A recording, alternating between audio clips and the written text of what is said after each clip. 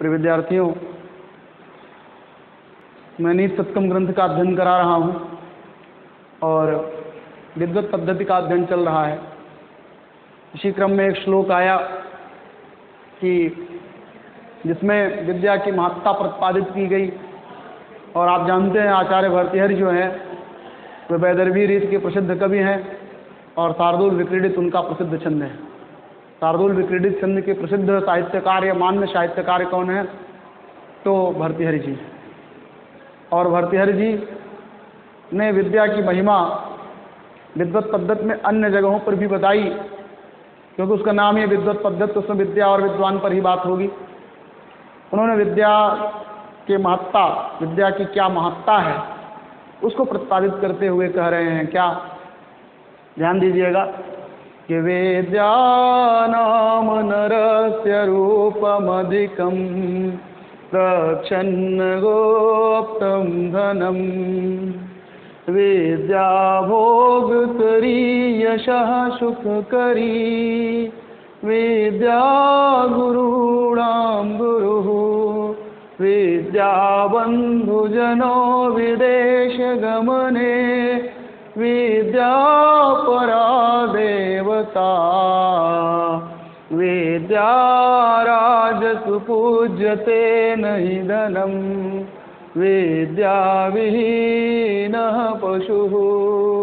जैसे शेर के बच्चे है ना पंजे लड़ा लड़ा के खेलते हैं, उसी तरह से शार्दूल विक्रीडितम है ना, शेर जो है, शेर के बच्चे जिस तरह से आपस में क्रीड़ा करते हैं वैसे यहाँ पर क्या होगा? ऋष्व दीर्घ इस तरह से है ना चलता रहेगा। तो बोले क्या?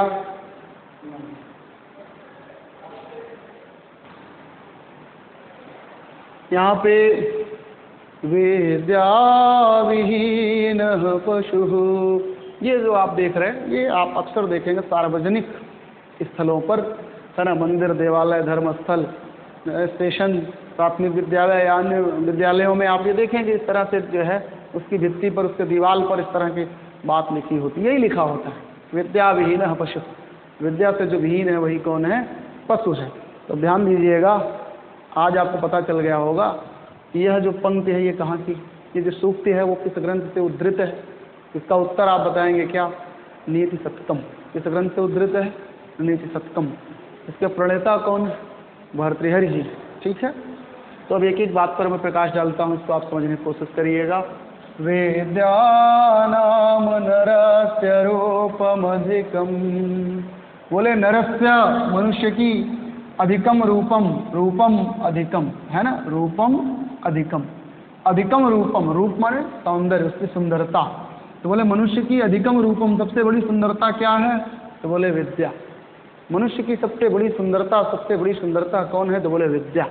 फिर बोले प्रच्छन्न गुप्तम धनम, कौन? विद्या। किसका? नरस्य का। प्रच्छन्न गुप्तम धनम, प्रच्छन्न माने ढका हुआ, गुप्त धन है कौन? विद्या। फिर बोले विद्या भोग करी यशः सुख करी, विद्या जो है वो भोग करी, समस्त भोगों को प्रदान करने वाली है। यशः सुख करी, यश और सुख को प्रदान करने वाली है। बोले भोग है ना, यहाँ साहित्य है तो भोग विलास को प्रदान करने वाली है। वैसे अगर न्याय दर्शन में आए या अन्य दर्शन में आए तो भोग के लिए दो ही प्रकार के भोग हैं, सुख और दुख, जिनका उपभोग कौन करता है? शरीर करता है। इसीलिए कहा गया कि जो भोगों का आयतन है वही शरीर है, भोगायतनम शरीरम। समस्त भोगों का जो आयतन है उसे ही क्या कहते हैं? शरीर कहते हैं। समझ में आया? तो बोले विद्या भोग करी यशः सुख करी, विद्या जो है वो भोगों को करी, प्रदान करने वाली है, यशः यश को देने वाली है, सुख करी सुख को प्रदान करने वाली है। ठीक है, और सुख किसे कहते हैं समझ रहे हैं आप? सर्वानुकूलम वेदनीयम सुखम और प्रति अनुकूल वेदनीयम दुखम। सुख और दुख का लक्षण आप न्याय दर्शन में आएंगे तो वहाँ तर संग्रह में अन्ना भट्ट ने बड़े अच्छे समझाया कि सर्वानुकूलम वेदनीयम सुखम। भारतीय संस्कृति किसे सुख मानती है ना? एक संकुचित सुख को सुख नहीं मानती है। सर्वानुकूलम, वह कार्य जो सभी के लिए अनुकूल हो, सबके लिए सुखदायी हो, वही क्या है? सुख है। जैसे सबको आनंद प्राप्त हो वही सुख है ना। और प्रति अनुकूलम वेदनीयम दुखम, जिससे सिर्फ मैं अकेला, ऐसा कार्य जो सिर्फ मुझे क्षति पहुंचाएगा वही क्या है? दुख है। तो प्रति अनुकूल वेदनीय दुख और सर्वानुकूल वेदनीय सुख। तो बोले क्या, यहाँ पर सुख का शब्द आप तीन संकुचित अर्थ में ही लीजिएगा, साहित्य है। तो विद्या भोग करी सह सुख करी, विद्या समस्त भोगों को प्रदान करने वाली है, यश को प्रदान करने वाली है, सुख करी सुख को प्रदान करने वाली है। और सुख का लक्षण मैंने आपको बताया कि सर्वानुकूलम वेदनीयम सुखम, सर्वानुकूलम वेदनीयम सुखम, सर्वानुकूल वेदनीय हो वही सुख है। तो विद्या गुरुणाम गुरु, विद्या गुरुणाम गुरु, विद्या समस्त गुरुओं की क्या है, गुरु है। और बोले क्या कि विद्या बंधुजनों विदेश गमने, विद्या बंधुजन है ना, आपकी मित्र है। कब, बोले विदेश गमने, विदेश में होने पर, विदेश में जब आप चले जाते हैं तो वहाँ पर विद्या ही आपका क्या है, मित्र है। अविद्या परा देवता, विद्या ही जो है वो आपका सबसे बड़ी देवता है, परा देवता है ना। परा और अपरा जैसे विद्या वैसे परम देवता, परम देवता माने वही सबसे बड़ा ईश्वर है, वही ब्रह्म है ना, वही शुद्ध बुद्ध नित्य चैतन्य स्वरूप भगवान है, मुक्त ईश्वर है। समझ में आ गया है ना। तो यहाँ पर जो है आप समझ रहे हैं कि विद्या को ही ईश्वर बताया गया। ईश्वर कौन है, तो आपने रुक में पढ़े होंगे क्या कि कर्तुम अकर्तुम अन्यथा कर्तुम समर्थ स ईश्वरः, उसे ईश्वर कहते हैं। और देवता शब्द का अगर आप है ना उस पर उसकी अगर टिप्पणी करें, उसका लक्षण जानने का प्रयास करें तो निरुक्त ग्रंथ में आइए, और फिर निरुक्त में आचार्य यास्कमुनि भी आपको समझाते हैं कि देव दानाद देवतनाद दीपनाद वा, इतना लक्षण है किसका, देवता का। देवता का क्या लक्षण है, देव दानाद देवतनाद दीपनाद वा, जो हमें प्रकाशित करे, है ना, जो हमें प्रकाशित करता है, अन्न को देता है, धन को देता है, वृद्धि करता है, वही कौन है, देवता है। बात समझ में आया। त्रिशो एव देवता इति न रुक्ताः, निरुक्तकार ने कहा तीन प्रकार के ही देवता होते हैं, अग्नि है, पृथ्वी स्थानीय और अंतर माने बोले अंतरिक्ष स्थानीय, पृथ्वी स्थानीय और द्यू स्थानीय। तो अग्नि अंतरिक्ष और द्यू माने पृथ्वी अंतरिक्ष और द्यू, तो पृथ्वी स्थानीय, अंतरिक्ष स्थानीय और द्यू स्थानीय तीन कोटियां बताई गई कि इसकी देवताओं के, इन्हीं के अंतर्गत बहुत सारे देवता आ जाते हैं। फिर आगे बोले क्या कि विद्या राजसु पूज्यते नहीं धनम, राजसु राजाओं के मध्य में किसकी पूजा होती है, तो बोले विद्या की, विद्या माने ज्ञान की, है ना, न कि धनम, न कि व्यक्ति के धन की। व्यक्ति के धन की पूजा जो है वह राजाओं के मध्य में नहीं होती है, राजाओं के मध्य में उसके ज्ञान की पूजा होती है ना। और फिर क्या कह रहे हैं, विद्या विहीन पशु, जो विद्या से विहीन है वही कौन है, पशु है। तो आप ध्यान रखिएगा, विद्या से जो विहीन है वही कौन है, पशु है। ऐसे पूछेगा विद्या विहीन डैश डैश डैश, उसमें भरने के लिए रहेगा, देगा पशु है, मानव है, देवता है ना, ये तो किमुपनास्ति, इनमें से कोई नहीं। तो आप ध्यान रखिएगा क्या कि विद्या विहीन डैश डैश डैश, क्या भरना होगा, पशु। ये बात आप याद रख लेना, क्या विद्या विहीन पशु, जो विद्या से विहीन है मनुष्य है ही नहीं है, भरतेरी जी कह रहे हैं, वो साक्षात पशु हैं। आप बार बार समझाओ नहीं समझ पाएगा, है ना। वो लौकिक लाभ के लिए ही परेशान रहेगा, उसे बहुत थोड़ा दिखता है, वो पूरी चीज़ देख ही नहीं सकता है, वो एकांगी होता है, सर्वांगीण नहीं हो सकता है। तो ये आपका क्या रहा, श्लोक का भाव रहा। छंद कौन सी है, तो शिखरणी छंद है, सॉरी शार्दूल विक्रीडित छंद है। कौन सा छंद है, शार्दूल विक्रीडित छंद। और शार्दूल विक्रीडित छंद का लक्षण क्या है वो आप समझ ही रहे हो। सूर्यास्वैरं सजस्ततः सगुरवः शार्दूलविक्रीडितम्। बोले सूर्यास्वै, सूर्य कितने, 12, आदित्य 12, 12 आदित्य, और उसके अश्व, उसके घोड़े कितने हैं, 7, तो 12 7 19, इस तरह से 19 वर्णों वाली होती है कौन, बोले शार्दूल विक्रीडित। शार्दूल विक्रीडित, शार्दूल का अर्थ होता है शेर, है ना, और विक्रीडित मन होता है उसका कदम, है ना, जैसे शेर जो है चलता है कदम में झूम करके, उसी तरह से झूम करके गाया जाता है। कुछ विद्वान लोग बताते हैं शेर के बच्चे आपस में धक्का मुक्की करके उछल करके, है ना, कूदते खेलते हैं, उसी तरह से यहाँ पर क्या शब्द आपस में उछल करके क्रीड़ा करते हैं, इसलिए इसका नाम इस छंद का है क्या, शार्दूल विक्रीडित, है ना। जरा सा देखें, विद्या नाम नरस्य रूपम, इस तरह से क्या है, विद्या नाम नरस्य रूपम अधिकम प्रक्षन्न गोप्तम धनम। इस तरह से आरोह और अवरोह, इस तरह से चढ़ता है ना, चढ़ेगा उतरेगा, चढ़ेगा फिर उतरेगा, आरोह और अवरोह, इस तरह से आ रहे हैं, इसलिए इसमें क्या है, इसको यही इसी लय से इसको गाया ही जा जाता है ना। आपके और अच्छे सुराग हैं तो आप अच्छे अपने राग से इसको गाइए पूर्णतः लय के साथ। और फिर इसमें ध्यान दीजिएगा जो छंद में इसमें जो आपके प्रश्न आ रहे हैं मैं उन पर विचार करता हूँ। तो प्रश्न क्या है, सबसे पहला तो यही आपसे पूछेगा कि मनुष्य की सबसे बड़ी सुंदरता क्या है ना। तो सबसे बड़ी सुंदरता क्या है, काला गोरा, है ना, ये सब मत बताइएगा, विद्या। और फिर बोले क्या, प्रच्छन्न गुप्तम धन, मनुष्य का ढका हुआ गुप्त धन क्या है, तो भी आप बताएंगे क्या, विद्या। फिर आपसे पूछेगा समस्त भोगों को प्रदान करने वाली कौन है, विद्या। यश और सुख को देने वाली, विद्या। कौन गुरुओं की गुरु है, तो उसका भी उत्तर होगा विद्या। फिर पूछेगा विदेश में होने पर आपकी बंधुजन कौन है, मित्र कौन है, तो विद्या। विद्या परा देवता कौन है ना, परम देवता है, उसका भी लक्षण होगा, उसका भी उत्तर होगा विद्या। और राजाओं के मध्य में किसकी पूजा होती है, तो उसका उत्तर हो जाएगा क्या, विद्या। राजाओं में किसकी पूजा होती, धन की, धन की पूजा नहीं होती। राजा शासक जो है वो आपका क्या करेगा, आपकी है ना नॉलेज चेक करता, आपके धन की पूजा नहीं करता, आपके ज्ञान से ही आपको राज्याश्रय मिलता है, आपको सम्मान प्राप्त होता है ना। वो चाहे समाज हो और वो चाहे राजकीय समाज हो, बात एक ही है। और विद्या विहीन है पशु, विद्या से जो विहीन है वही कौन है, पशु, ठीक है। और इसमें छंद क्या है, तो शार्दूल विपरीडित छंद है, जिसका लक्षण मैंने आपको बता ही दिया कि सूर्या स्वैरम तजस्तता सगुरव शार्दूल विक्रीडितम, ठीक है।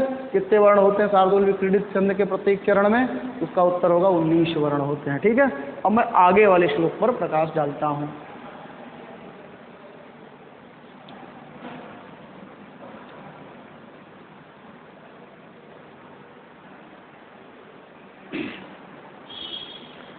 तो प्रिय विद्यार्थियों, मैं आगे के श्लोक पर प्रकाश डाल रहा हूँ। देखिए इस श्लोक में यह बताया गया, जैसा कि आप जानते हैं यह श्लोक जो है मुक्तक छंद में है ना। और मुक्तक श्लोक पर मैंने पहले ही उसका क्या लक्षण है मुक्तक का, इस पर एक अलग से मैंने वीडियो 1 घंटे का बनाया था, उसमें पूरा मुक्तक काव्य के लक्षण, भर्तृहरि और उनकी रचनाएं पूरा मैंने उस पर प्रकाश डाल दिया था। परंतु मुक्तक काव्य का क्या लक्षण है, तो आप समझ रहे हो, मुक्तकम एकैक श्लोक चमत्कार चमम शताम इति अग्नि पुराणे उक्तम। अग्नि पुराण में कहा गया है ना कि मुक्तकम श्लोक एकैक चमत्कार चमम शताम। मुक्तक काव्य का है ना एक एक श्लोक जो है वो चमत्कार का क्या होता है, आधायक होता है। उसका एक श्लोक जो है दूसरे श्लोक से बधा नहीं होता है, अर्थात पूर्णतः जो है वो क्या होता है, स्वतंत्र होता है ना। अब यहाँ पर ध्यान देने वाली बात जो है वो यह है कि मुक्तक काव्य का एक श्लोक दूसरे श्लोक से परस्पर आबद्ध नहीं होता, बधा नहीं होता, उसका एक से दूसरे का कोई भी संबंध नहीं होता है ना। अपने आप में ही अकेले ही भाव प्रदर्शन करने का पूर्ण सामर्थ्य रखता है। तो यहाँ पर ध्यान दीजिएगा कि यह मुक्तक श्लोक है और भर्तृहरि जी मुक्तक काव्य के ही प्रणेता माने जाते हैं, ठीक है। तो इसमें उन्होंने यह समझाने का प्रयास किया कि विद्वत पद्धति का ही श्लोक है। इसमें उन्होंने यह समझाया कि विद्वानों के गुणों का अपहरण नहीं किया जा सकता है। जैसे अगर आपको चाहें है ना, तो आप क्या कर सकते हैं, किसी विद्वान का उसके गुणों को आप थोड़ी उससे निकाल सकते हैं, या उसकी प्रसिद्धि जो है उसका जो यश फैला है उसे थोड़ी नष्ट कर सकते हैं। बहुत करेंगे, क्रोध में आकर के किताब जला सकते हैं है ना, उसकी गाड़ी को नुकसान दे सकते हैं, उसके पुस्तकालय को फूंक सकते हैं, इस तरह से है ना बहुत कुछ करेंगे, उसके शरीर का विनाश कर सकते हैं, उसे मार सकते हैं, लेकिन उसकी जो प्रसिद्ध है उसको नहीं मार सकते हैं। आप कालिदास को मार सकते हो लेकिन कालिदास की प्रसिद्धि को नहीं मार सकते हो, है ना। कालिदास जी अभिज्ञान शाकुंतलम से अमर हो गए, तो कालिदास जी का शरीर तो मृत हो गया लेकिन वो यश जीवित, आज भी यशेन माने यश से क्या है, वो जीवित है। तो कहने का मतलब उसका जो यश होता है उसका विनाश नहीं किया जा सकता, उसको शासक कितना भी चाहे उसके गुणों का अपहरण नहीं कर सकता है। इसको उन्होंने एक तुलना दिया एक हंस के माध्यम से। जैसे हंस जो है उसकी प्रसिद्धि है कि वह समाज में, संसार में दूध और पानी का अगर मिश्रण कर दिया जाए तो हंस क्या करता है, दूध को पी लेता है और पानी को वहीं पर छोड़ देता है। ऐसी जनश्रुति है, ऐसा कहावत है, इस तरह की प्रचलन में एक बात यह आती है कि हंस जो है वो दूध को पीता है और जल को क्या करता है, छोड़ देता है। तो इससे उसका सुयश जो है वो संपूर्ण संसार में विदित है ना, प्रचलित है। तो अगर ब्रह्मा जी ये चाहें कि उसके इस यश को हम नष्ट कर दें, ये संभव नहीं है। बहुत कर सकते हैं, उसके सुख को, उसके भोग को, उसके विलास को, उसके सुख सुविधाओं का ही विनाश कर सकते हैं, परंतु उसके दूध और पानी में जो विभेदीकरण की उसका यश है उसका समापन नहीं कर सकते हैं। ये भर्तृहरि जी बता रहे हैं। तो यहाँ पर हंस को एक सामर्थ्यवान नहीं बल्कि कवि के रूप में माना गया, और विधाता को जो है सामर्थ्यवान पुरुष अर्थात स्वामी अर्थात राजा के रूप में समझा गया कि राजा बहुत करेगा, विद्वान से क्रोधित होकर के क्या कर सकता है, उसके सुख सुविधाओं का नाश कर सकता है, उसको नौकरी से हटा सकता है ना, परंतु उसके जो यश हैं, उसके जो गुण हैं, उसका विनाश नहीं कर सकता है। तो बड़े अच्छे श्लोक में समझाया। देखें जरा सा, बसंत तिलका छंद है और बसंत तिलका छंद का लक्षण है उक्ता वसंत तिलका समझा जगोगः, उक्ता बसंत तिलका तब जा जगोगः, बसंत तिलका तब जा जगोगः, तब जा तगण भगण जगण जगण और गुरु, इस क्रम से कितने वर्ण आने चाहिए, तो 14 वर्ण होते हैं किसमें, बसंत तिलका में। तो ध्यान दीजिएगा, अम्भोजिनी वन विहार विलासमेव हंसस्य हंति नितरां कुपितो विधाता, न त्वस्य दुग्ध जल भेद विधौ प्रसिद्धां वैदग्ध कीर्तिमपहर्तुम शौषमर्थः। एक एक बात को आप समझने की कोशिश करिएगा। बोले क्या, विधाता है ना, सब 14 में है, इसलिए बसंत तिलका है, क्योंकि 1 2 3 4 5 6 7 8 9 और 3 10 से 12 2 14 आधे और कटे अक्षर है ना, आधे और हलंत वाले अक्षर को छोड़ दिए जाते हैं, इनकी गणना नहीं होती वर्णिक छंद में, ठीक है, और मात्राओं की भी गणना नहीं होती, सीधे सीधे वर्ण की गणना होती है। तो बोले क्या कि विधाता ब्रह्मा जी कुपितोशन, कुपित होकर के, ब्रह्मा अगर हंस पर गुस्सा जाए, क्रोधित कर लें, है ना, तो क्या होगा, विधाता कुपित, यही कर्ता पद हो जाएगा विधाता। विधाता जो है, ब्रह्मा जो है, वो कुपित होकर के, क्या होकर के, क्रोधित होकर के क्या कर सकते हैं, बोले हंस से, हंस के, अम्भोजिनी, अम्भोजिनी, अम्भोज माने कमल और अम्भोजिनी माने कमलिनी, है ना, अम्भोजिनी कमलिनी के वन विहार, वन माने वन में, विहार माने विचरण करने के, विलास माने सुख, एवं माने ही, सुख को ही, नितराम हंस, नितराम माने एकदम से, हंस माने नष्ट कर सकते हैं। हंस जो है वो कमलिनी के वन में विचरण करता है और उसे सुख प्राप्त होता है, ठीक है। लेकिन मान लो विधाता जी क्या करें, उसके सुख को ना देखा जाए उनसे, खूब पानी बरस दें, है ना, तो मालूम चला सारे कमल नष्ट हो गए, बेचारा तालाब खाली है, वैसे घूम रहा है, नहीं तो कमलिनियों के बीच में विचरण करता, उससे सुख की प्राप्ति होती।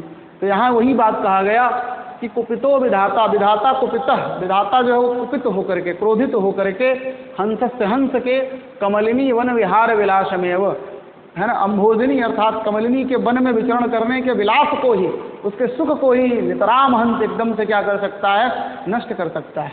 नतु अस्य त्वस्य, तू धन अस्य बराबर त्वस्य को यणस्य, क्या है यण संधि है, नतु अस्य दुग्ध जल भेद विधौ प्रसिद्धाम, नतु अस्य, बोले नतो अस्य माने इस हंस के, दुग्ध जल भेद, दुग्ध जल, दूध और पानी के अलग करने की जो उसकी प्रसिद्ध है ना वैदग्ध कीर्ति, उसमें जो उसको उसकी प्रसिद्धि है, इस प्रकार की उसकी जो वैदग्ध कीर्ति है, जो चमकती हुई, उसका चमकता हुआ जो यश है, अपहर्तुम असौ समर्थ, उसको अपहर्तुम अपहरण करने में असौ, अशौ माने ब्रह्मा जी, समर्थ माने समर्थ नहीं हो सकते हैं। अब बात समझ में आ गई कि माने कुपिता विधाता, विधाता क्रोधित होकर के कमलिनी के वन में विचरण करने के, है ना, सुख को ही नष्ट कर सकता है। और हंस के दुग्ध जल भेद विधौ प्रसिद्धाम, दूध और पानी को अलग करने की जो उसकी प्रसिद्धि है ना, उस प्रसिद्धि वाली वैदग्ध कीर्ति का अपहर्तुम असौ समर्थ, है ना, उसकी उस प्रकार की कीर्ति का अपहरण करने में वह समर्थ नहीं हो सकता है। इस तरह से यहाँ पर देखें तो हंस जो है वो अप्रस्तुत है ना, और एक अप्रस्तुत से प्रस्तुत की कल्पना की गई, इसलिए यहाँ पर क्या अप्रस्तुत प्रशंसा अलंकार है। और छंद की बात अगर की जाए तो छंद कौन सा है, तो वसंत तिलका है। इस वसंत तिलका के प्रत्येक चरण में कितने वर्ण होते हैं, तो 14 वर्ण होते हैं, समझ में आया।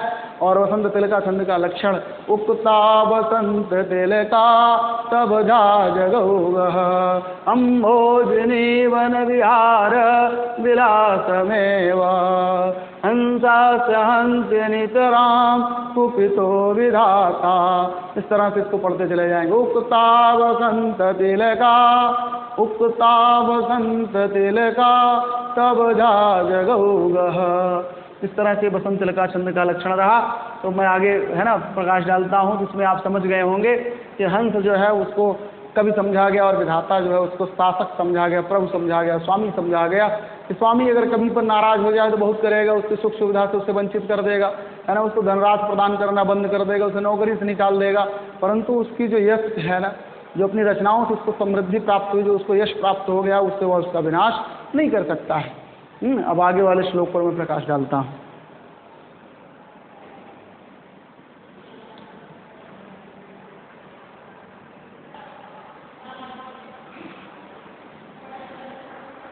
अब इस श्लोक पर प्रकाश डालता हूँ। यहाँ पर ध्यान देने योग्य बात यह है कि प्रस्तुत श्लोक में यह समझाया गया उदाहरणों के माध्यम से कि विद्या की प्रधानता क्या है। माने समस्त जितने भी आपके जो उदाहरण दिखेंगे उसमें विद्या की प्रधानता को दिखाया गया है। देखिए भर्तृहरि जी का जो ग्रंथ हम आप पढ़ रहे हैं उसका नाम है नीति शतकम। इसमें बहुत सारी नीति की भी बातें हैं, तो नीतिगत जो बातें हैं उनको भी हमें समझना है। तो बहुत अच्छी अच्छी नीतियाँ यहाँ पर हैं। उन नीतियों का अगर पालन सरलतापूर्वक सामान्य जीवन में किया जाए तो निश्चित रूप से वो है ना हितकारी होगा, हमें निश्चित रूप से लाभ प्रदान करती है। तो देखिए यहाँ पर भर्तृहरि जी समझा रहे हैं क्या, यह भी जो है बड़ा लंबा दिख रहा है। अगर गौर से देखें तो 1 2 3 4 5 6 7 8 9 10 11 12 13 14 15 और 4 इधर 19, माने यहाँ तक अगर गौर से देखें तो क्या हुआ 12 7 19 शार्दूल विक्रीडित छंद है। ठीक है, उनका परिछंद भी है भर्तृहरि का। तो शार्दूल विक्रीडित में इसको हम लोग पढ़ते हैं, प्रयास करते हैं। शांति चेत कवचेन किम किमरिभिः क्रोधोऽस्ति चेत् देहिनां ज्ञाते सेदनलेन किं यद् सुहृद दिव्यौषधिः किं फलम् किं सर्पैर्यदि दुर्जनाः किमुदनैः वेद्यानवाद्यायधि व्रीडा चेत् किमुभूषणैषु कविता यद्यास्तिराज्येन किम। इस तरह से ये क्या है, शार्दूल विक्रीडित छंद है और लक्षण उसका भी आप समझ ही रहे हैं। सूर्यास्वैरं सजस्ततः सगुरवः शार्दूल विक्रीडितम्। तो शार्दूल विक्रीडित छंद का लक्षण था और इसमें उन्होंने बड़े अच्छे समझाया, अगर ये वस्तु आपके पास है तो इसकी कोई आवश्यकता नहीं, अगर ये है तो इसकी कोई आवश्यकता नहीं। जैसे आपने देखा होगा है ना कि जैसे ठंडक आती है तो ठंड से बचने के लिए आपको कंबल और स्वेटर की आवश्यकता पड़ती है ना। गर्मी आती है तो उसमें है ना सूती वस्त्रों का और पंखे इत्यादि है ना व्यवस्थाओं की हमको आवश्यकता पड़ती। माने इस तरह से क्या है, जैसे रहने के लिए मकान की आवश्यकता पड़ती, लिखने के लिए कलम की आवश्यकता पड़ती है। इस तरह से सारी बातें जो है हमको एक दूसरे की अपेक्षा करती हैं। तो यहाँ पर गौर से अगर देखें तो भर्तृहरि जी समझा क्या रहे हैं कि क्षांति चेत कवचेन किम किम अरिधि क्रोधो अस्ति चेत देही नाम। चेत देही नाम, यहाँ पर ध्यान दें, चेत देही नाम। चेत माने यदि, देही नाम माने देहधारी के पास अर्थात मनुष्य के पास, है ना। चेत यदि देही नाम माने मनुष्य के पास शांति हो, शांति माने क्षमा है, क्षमा करने का एक उसके पास गुण है ना, ये कला है। तो चेत कवचेन किम, है ना, शांति चेत, चेत माने यदि शांति है, क्षमा करना है, क्षमा है, तो उसके है ना इंटरनल गुणों में, उसके आंतरिक गुणों में एक क्या है, क्षमा नाम का अगर गुण है तो कवचेन किम, तो कवच की क्या आवश्यकता। कवच क्या करता है, हमारे शरीर की रक्षा करता है। और अगर हमारे पास क्षमा है, सहनशीलता का गुण है, तो फिर कवच की कोई आवश्यकता नहीं है। और फिर बोले किम अरिभि, किम माने क्या, अरि माने शत्रु, तो अरिभि किम, शत्रुओं की क्या आवश्यकता।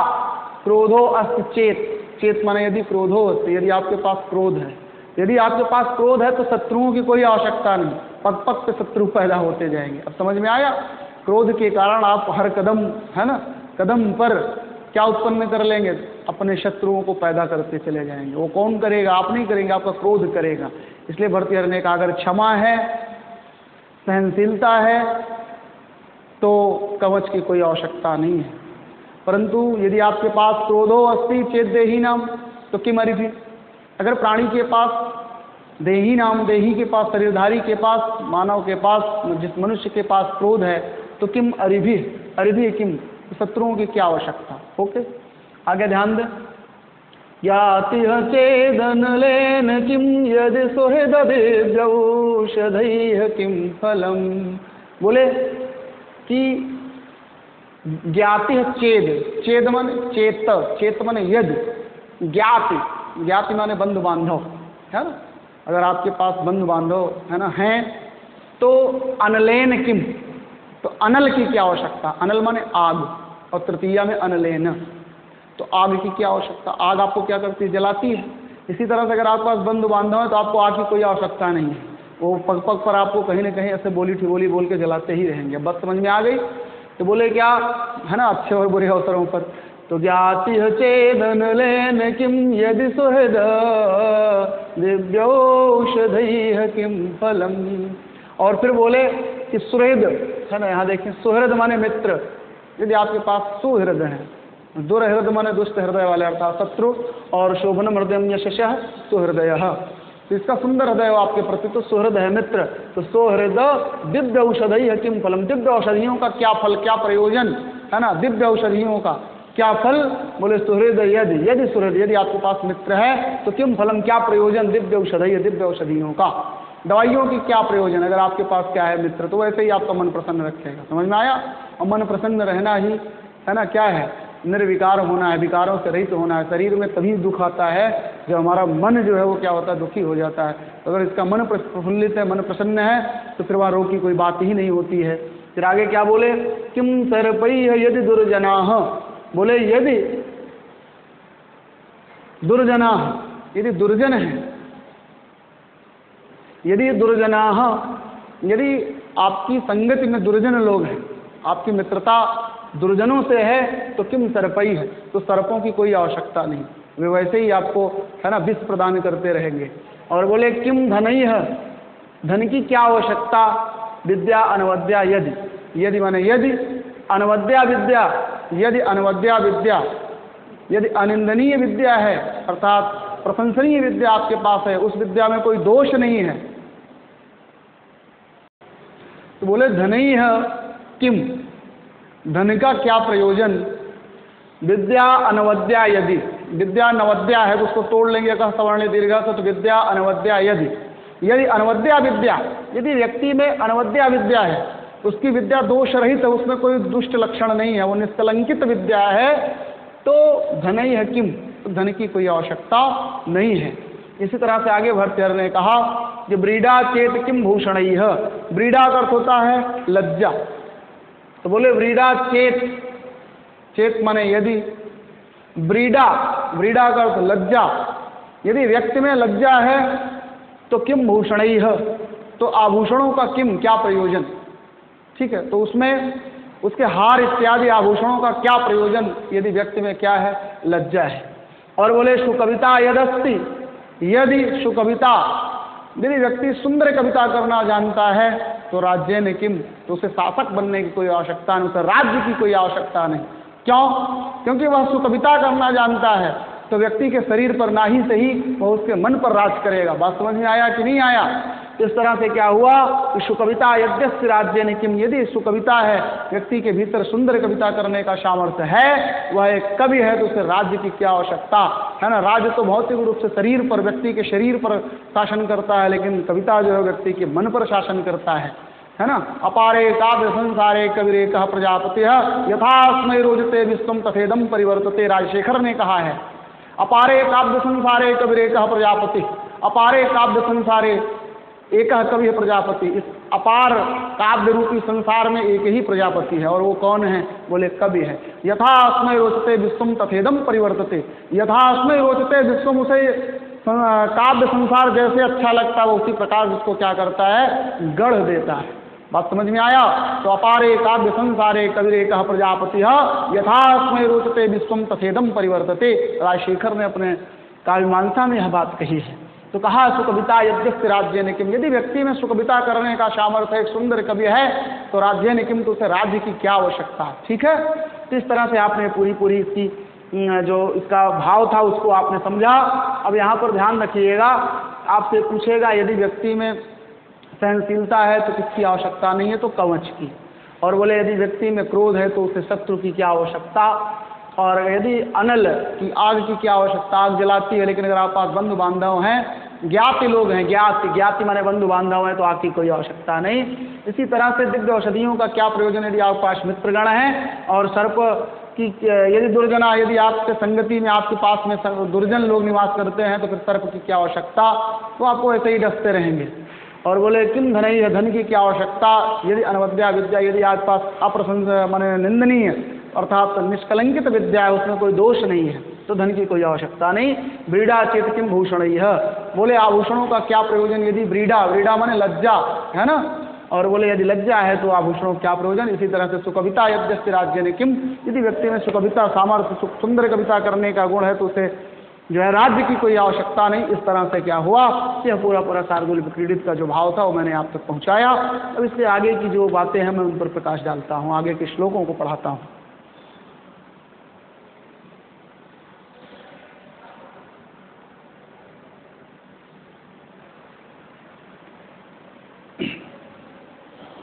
इस तरह से निसत्कम ग्रंथ का 19वां श्लोक है। यह भी संभवतः तो क्या है, 1 2 3 है ना, 2 5 6 2 8 2 10 2 12 14 19, लगभग ये भी शार्दूल क्रीडित छंद है, 19 वर्णों का है।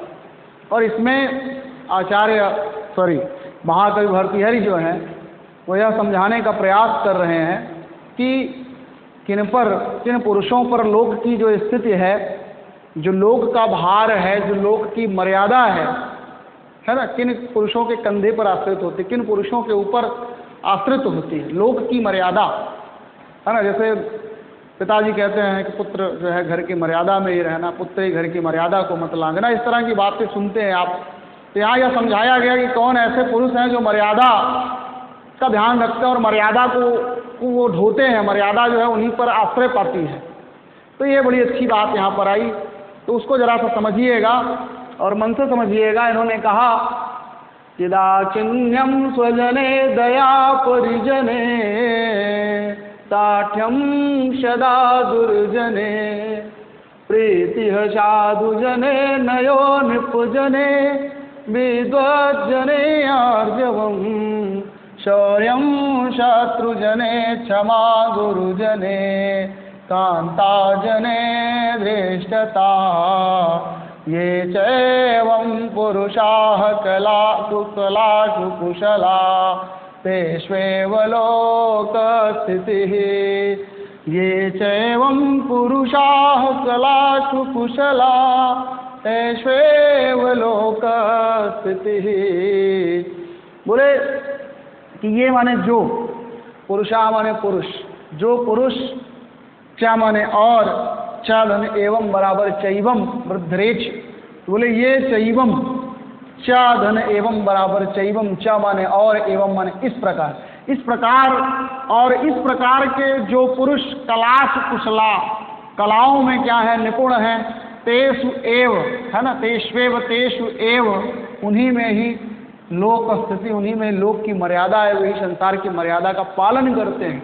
जरा सा देखिए कौन से पुरुष, तो बोले दाक्षिण्यम स्वजने दया परिजने साठ्यम सदा दुर्जने, वे व्यक्ति, वे पुरुष जो दाक्षिण्यम स्वजने, जो क्षमा दिखाते हैं, सहनशीलता प्रदर्शित करते हैं, बोले स्वजने, आत्मीय लोगों पर, स्वजन पर, स्वजन अर्थात आत्मीय लोगों पर, अपने बंधु बांधवों पर दाक्षिण्य बने, सहनशीलता, क्षमा, इस तरह से क्या है ना।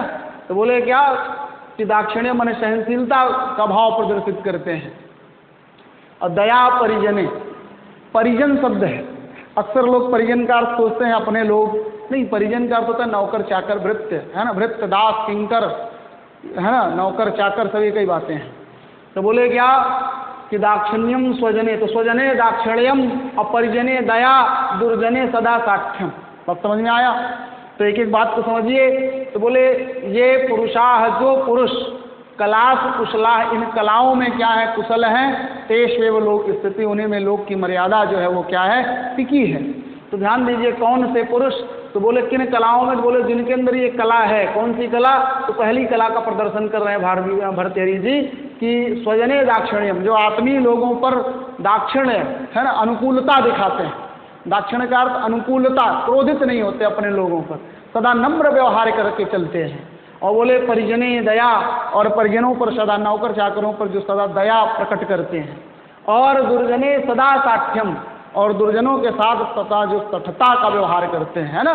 तो दुर्जने, जो दुर्जनों के साथ सदा साठ्यम, सदा कैसे व्यवहार करते हैं, तटता का व्यवहार करते हैं। और बोले कि साधु जने प्रीति, और साधु लोगों के साथ, सज्जनों के साथ जो प्रीति, प्रीति अर्थात मधुर व्यवहार करते हैं।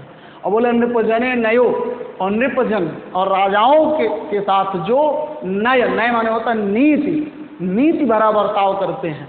राजाओं के साथ जो कैसे पेश आते हैं, न्यायपूर्वक पेश आते हैं, ठीक है, जो न्याय भरा कार्य करते हैं। विद्वत जने आर्जवम, और विद्वान के साथ जो आर्जव, आर्जव का अर्थ होता है सरलता, है ना। तो विद्वत जने आर्जवम, और विद्वानों के साथ जो आर्जव, आर्जव का अर्थ होता है सरलता से पेश आते हैं। और बोले शत्रु जने शौर्यम, और शत्रुओं के साथ जो सदैव, शत्रुओं के सम्मुख जो सदैव शौर्य पराक्रम प्रदर्शित करता है। और गुरुजने क्षमा, और गुरुजनों के साथ, गुरुजनों के सम्मुख जो सदा क्षमा को ही प्रकट करता रहता है। और कांता जने धृष्टता, और कांता का अर्थ होता है पत्नी, अर्थात जो अपनी पत्नी के साथ धृष्टता, धृष्टता का अर्थ ढिठाई से पेश आता है ना, बहुत मिठाई से नहीं बल्कि ढिठाई से। तो बोले कांता जने धृष्टता, और जो अपनी पत्नी से ढिठाई से पेश आता है, धृष्टता से पेश आता है ना। तो बोले जो ढिठाई के साथ व्यवहार करता है, च माने और, तो और यहाँ से ले लें च, कांता जने धृष्टता, और जो है ना कांता जने धृष्टता, पत्नी के साथ धृष्टता माने अत्यधिक ढिठाई से पेश आता है, उसके साथ डांट डपट करके ही व्यवहार करता है, उसको सिर पर नहीं चढ़ा लेता, कहने का भाव ये है। तो बोले ये है ना, जो एवं माने इस प्रकार की है ना, कलास कुशलाह, कलाओं में कुशल पुरुषा माने जो पुरुष हैं, तेषु एव लोक स्थिति, उन्हीं पर संसार की क्या है मर्यादा टिकी हुई, उन्हीं पर लोक की स्थिति है। लोक स्थिति माने संसार की मर्यादा उन्हीं पर आश्रय पाती है। अब बात समझ में आ गई कि नहीं आई? ये क्या है, ये शार्दूल विक्रीडित छंद है, ठीक है। आगे मैं आपको समझाता हूँ कि यहाँ पर आप 2-3 बातें ध्यान रखना। दाक्षिण्यम स्वजन, स्वजनों के साथ कैसा व्यवहार करना चाहिए, तो दाक्षिण्यम माने अनुकूलता का। परिजनों के साथ सदैव दया का व्यवहार करना चाहिए। दुर्जने सदा साठ्यम, और जो दुर्जन लोग उनके साथ सठता का व्यवहार करिए, है ना, क्योंकि साठ्य नीति की बात कही गई। सठे साठ्यम समाचरेत, सठ के साथ कैसा व्यवहार करो, सठता के साथ व्यवहार करो, ऐसा कौटिल्य कहता है, चाणक्य कहता है। अब बोले साधु जने प्रीति, और सज्जनों के साथ सदैव कैसा व्यवहार करना चाहिए, बड़ी मधुरता के साथ पेश आना चाहिए। और नृपजन, जो राजा लोग हैं, उनसे न तो शत्रुता करनी न मित्रता करनी, बल्कि कैसे करना है, बोले नय नीति पूर्वक है ना व्यवहार करना है, किससे, राजाओं के साथ। और बोले विद्वत जने आर्जन, और विद्वानों के साथ जो सरलता से पेश आएगा। और शत्रु जने शौर्यम, शत्रुओं के साथ शौर्य का व्यवहार करो। गुरुजनों के साथ क्षमापूर्वक। और च कांता जने धृष्टता, और कांता माने पत्नी, कांत माने पति, है ना। तो कांता जने धृष्टता, कांता है, कांता अर्थात पत्नी, और इसी में हटा दिया जाए कांत माने पति। तो बोले कांता जने धृष्टता, और स्त्री पत्नियों के साथ जो ढिठाई से पेश आते हैं। बोले इस प्रकार के जो पुरुष इन कलाओं में जो कुशल हैं, उन्हीं पर क्या है, संसार की मर्यादा है, उन्हीं पर संसार के जो मर्यादा है वो टिकी हुई है, ठीक है। अब मैं आगे के श्लोक पर प्रकाश डालता हूँ, जो कि 20वां श्लोक है।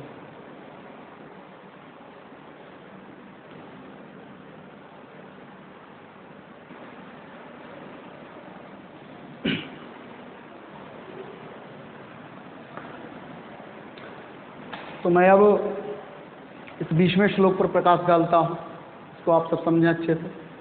देखिए जो प्रस्तुत श्लोक आपके है ना मोबाइल की स्क्रीन पर अंकित है, उसमें आप यह देखेंगे कि सत्संग माने सत्संगत जो है उसकी महिमा का व्याख्यान किया गया।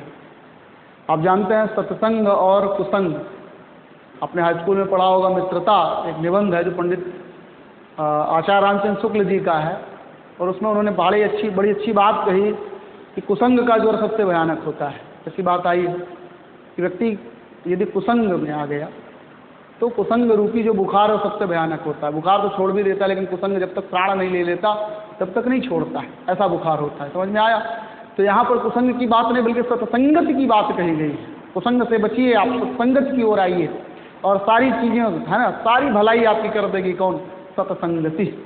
तो सत्संगति पर इन्होंने बात की, सताम संगति सत्संगति, सज्जनों की संगति को ही क्या कहते हैं? सत्संगति कहते हैं। और सताम आचार सदाचार, और सज्जनों का जैसा आचरण करना ही क्या है? सदाचार है। तो बोले क्या?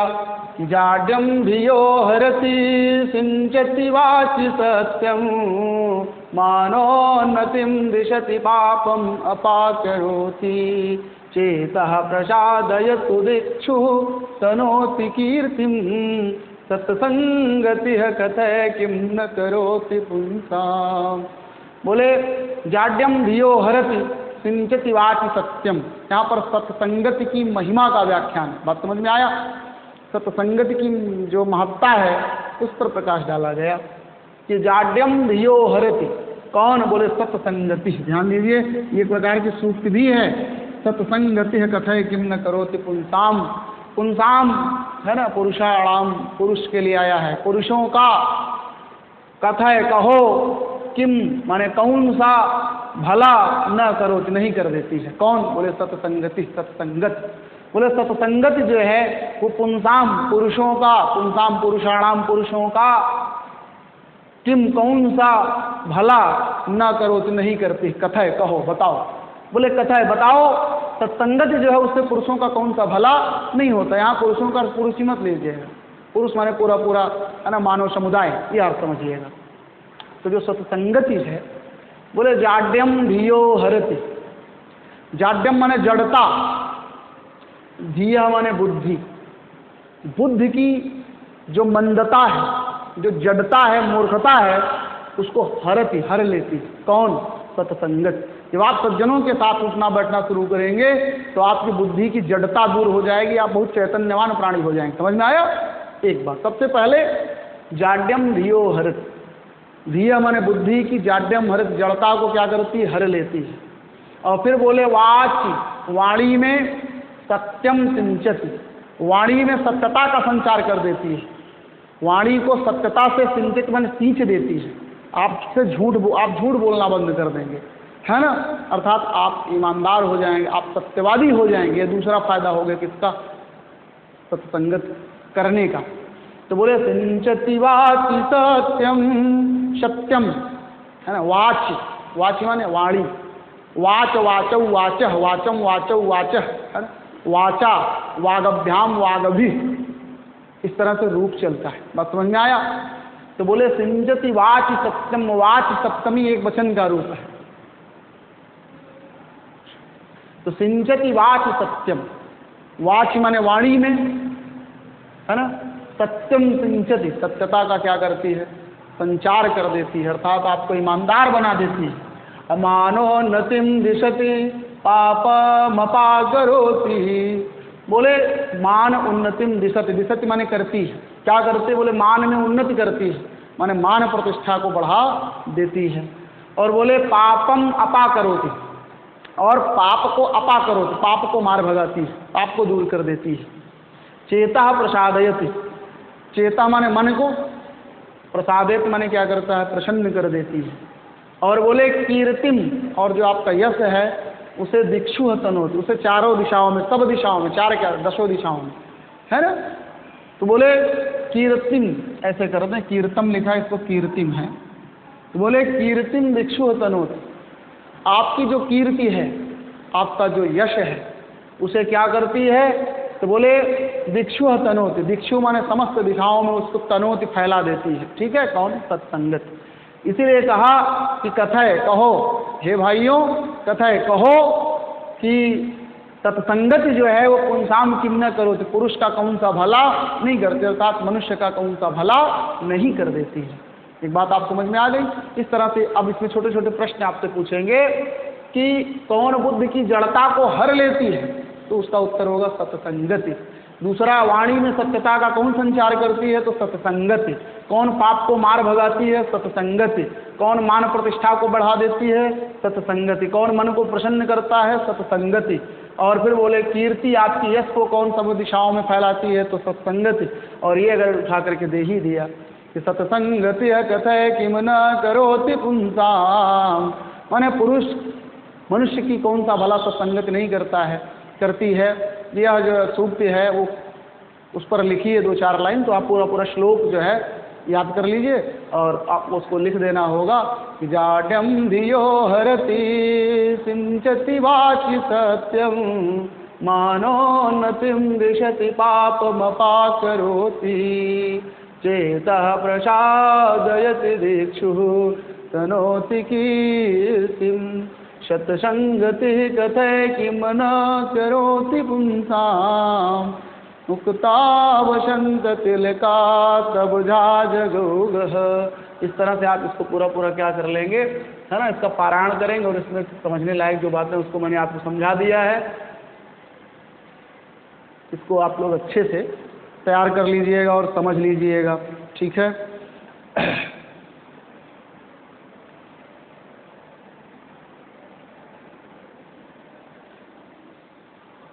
तो ये जो सत्संगति है कथय किम न करोति पुंसाम, अगर ये सूक्ति आपसे पूछेगा तो आप सीधे सीधे लिखेंगे प्रस्तुत सूक्ति निसत्तम से उद्धृत है, जिसके प्रणेता कौन है, आचार्य भर्तृहरि, जिसमें सत्संगति की महिमा का व्याख्यान किया गया, जिसमें यह बताया गया सत्संगति जो है वो पुरुष का कौन सा भला नहीं करती, अर्थात सत्संगत से समस्त कार्य सिद्ध हो जाते हैं।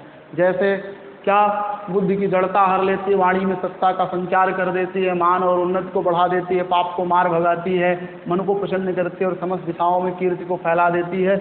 इस तरह से समस्त भलाई जो है मनुष्य की सत्संगत में ही निहित है। अतः हमें सत्संगति का ही पालन करना चाहिए, कुसंग में से बचना चाहिए, कुसंगत से दूर रहना चाहिए। इस तरह की प्रेरणा जो है वो आचार्य भर्तृहरि ने अपने निसत्तम के श्लोक के माध्यम से आप तक प्रदान किया। बात समझ में आई। अब आगे जो है मैं अगले श्लोक पर प्रकाश डालता हूँ, ठीक है।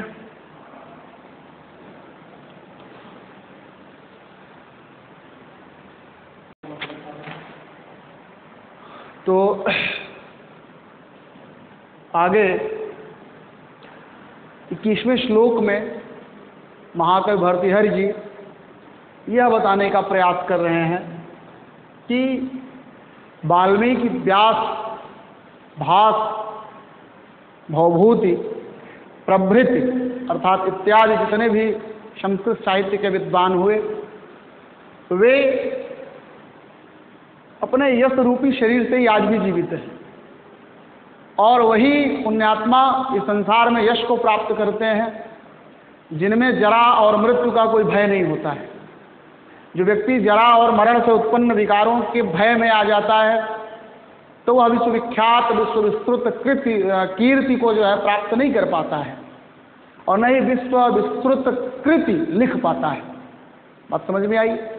तो वह लौकिक प्रलोभनों में उलझा रहता है, इस तरह से वो सर्वातिशायिनी यश को प्राप्त नहीं कर पाता है। तो कौन व्यक्ति जो है वो सदा जीवित रहता है, इस पर प्रकाश डालते हुए महाकवि भर्तृहरि जी कह रहे हैं क्या, जयंत ते सुकृतिनो रस सिद्धाः कवीश्वराः नास्ति येषां यशः काये जरा मरणजं भयम्। बोले जयंती माने जीवित रहते हैं, विजयी होंगे, ते माने वे सुकृतिनः, सुकृत और दुष्कृत, सुकृत माने पुण्य और दुष्कृत माने पाप, और सुकृति माने पुण्य आत्मा और दुष्कृति माने पाप आत्मा, है ना, पाप करने वाला। तो बोले जयंत ते सुकृतिनो रस सिद्धाः कवीश्वराः नास्ति येषां यशः काये जरा मरणजं भयम्। अनुष्टुप है, अनुष्टुप छंद का लक्षण तो समझे हैं, पढ़ते होंगे आप लोग। श्लोके षष्ठं गुरुगेयं सर्वत्र लघु पंचमं द्विचतुष्पादयोरहृष्वं सप्तमं दीर्घमन्ययोः सप्तमं दीर्घम अन्ययोः। तो बोले जयन्ति ते सुकृतिनो रस सिद्धाः कवीश्वराः। बोले ते सुकृतनः, वे पुण्यात्मा रस सिद्ध कवीश्वर, जयंत माने विजयी होवे, है ना, सदा जीवित रहते हैं। बोले ये शाम माने जिनके यशः काय, यश रूपी शरीर में जरा मरण जम, जरा और मरण से उत्पन्न भयम नास्ति, भय नहीं होता है। अब समझ में आया। तो बोले जयंत ते सुकृतिनो रस सिद्धाः कवीश्वराः। बोले रस सिद्ध कवीश्वर, रस में जो सिद्ध है, वाल्मीकि, व्यास, है ना, और कौन? भवभूति करुण रस के प्रख्यात कवि हैं कालिदास जी, उपमा सम्राट जी, है ना।